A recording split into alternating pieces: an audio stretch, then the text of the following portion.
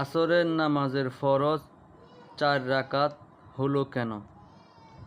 হযরত ইউনূস আলাইহিস সালাম নদীর মধ্যে মাছের পেটে থাকাকালীন 4 প্রকার বিপদের সম্মুখীন হয়েছিলেন। মাছের পেটে থাকা অবস্থায় তিনি আল্লাহ পাকের তাসবিহ পড়তে থাকেন।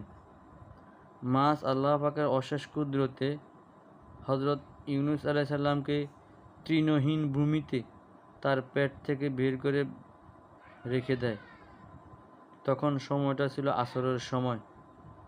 হযরত ইউনূস আলাইহিস সালাম 4 বিপদ থেকে মুক্ত হয়ে আল্লাহর কাছে শুকরানা 4 রাকাত নামাজ পড়লেন।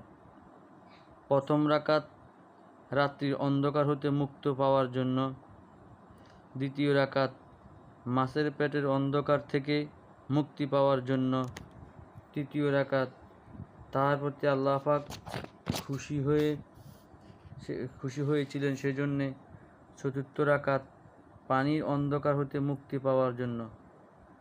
পরে আল্লাহ তাআলা উম্মতে মুহাম্মদের উপর এই 4 রাকাত নামাজ ফরজ করেছেন, যেন হযরত ইউনূস আলাইহিস সালামের ঘটনাকে আমরা ভুলে না যাই।